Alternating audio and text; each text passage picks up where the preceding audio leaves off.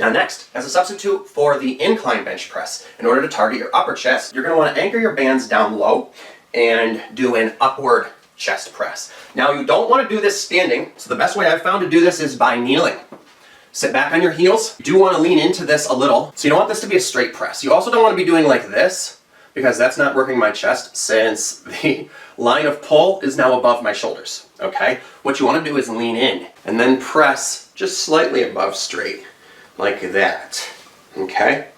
So you can do this one with a twist, like that, just like I showed you with the straight press, or to make it even more advanced, do it diverging and then converging in a circular arc. So challenging. Yeah, I feel that a lot more.